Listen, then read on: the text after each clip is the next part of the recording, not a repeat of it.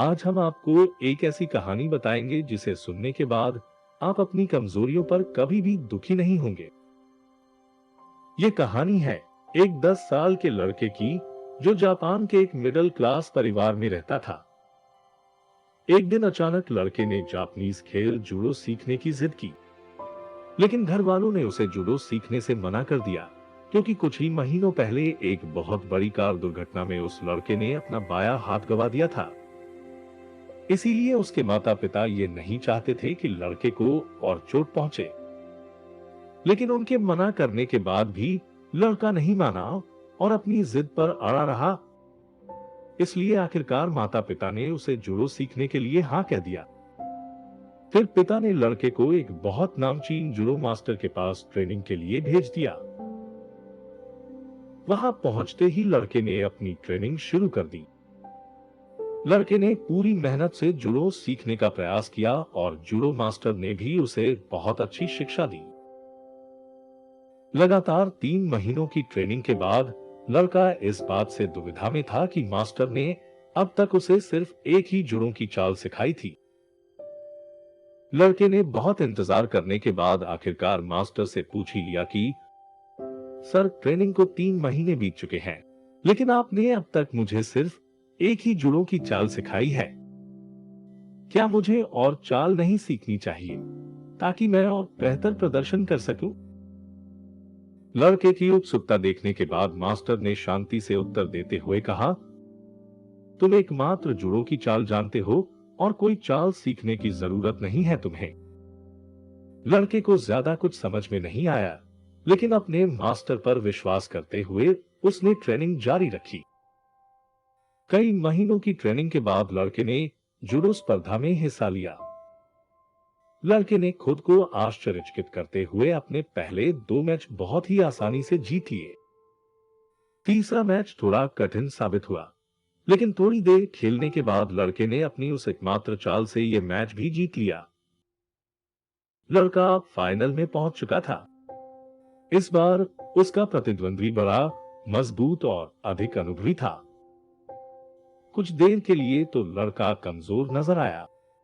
इस डर से कि लड़के को चोट न लग जाए, रेफरी ने टाइम आउट कहा। रेफरी मैच को रोकने ही वाले थे, उतने में मास्टर ने जोर से चिल्लाकर कहा, नहीं, मैच को जारी रखो और लड़के को खेलने दो। मास्टर की बात सुनकर फाइनल मैच शुरू किया गया। मैच फिर से शुरू होने के तुरंत बाद उसके प्रतिद्वंद्वी ने एक गंभीर गलती की। उसने अपना सेफ्टी गार्ड गिरा दिया। तुरंत लड़के ने उसे पिन फॉल करने के लिए अपनी चाल का इस्तेमाल किया और इस तरह एक बार फिर लड़के ने अपनी एकमात्र चाल से फाइनल मैच और जूडो स्पर्धा दोनों जीत लिए। मैच देखने के बाद लड़का और मास्टर दोनों घर लौट रहे थे। फिर लड़के ने साहस करके मास्टर से पूछा कि मास्टर, मैंने केवल एक ही चाल से टूर्नामेंट कैसे जीता? मास्टर ने उत्तर देते हुए कहा, तुम 2 कारणों से जीते हो। पहला कारण यह है कि तुमने पूरे जूडो में सबसे कठिन थ्रो में से एक में लगभग महारत हासिल कर ली है। तुम्हारी जीत का दूसरा और सबसे बड़ा कारण यह है कि तुम्हें जो जूडो की चाल आती है उससे बचाव करने का सिर्फ एक ही उपाय है, और वह यह है कि सामने वाले का बायां हाथ पकड़ लिया जाए। तुम अपना बायां हाथ दुर्घटना में गंवा चुके हो, इसीलिए तुम्हारी चाल का कोई भी बचाव नहीं था प्रतिद्वंदी के पास। मास्टर का जवाब सुनकर लड़का बहुत ही खुश हुआ, क्योंकि उसकी सबसे बड़ी कमजोरी अब उसकी सबसे बड़ी ताकत बन चुकी थी। लड़के ने मास्टर को धन्यवाद कहा और अपने जीत की खुशखबरी बताने के लिए घर की ओर चला गया। तो हमने इस कहानी से क्या सीखा? कभी कभी हमें लगता है कि हमारी कुछ कमजोरियां हैं और हम इसके लिए भगवान, परिस्थितियों या फिर खुद को दोषी मानते हैं। लेकिन हम यह कभी नहीं समझ पाते कि हमारी कमजोरियां एक दिन हमारी सबसे बड़ी ताकत बन सकती है।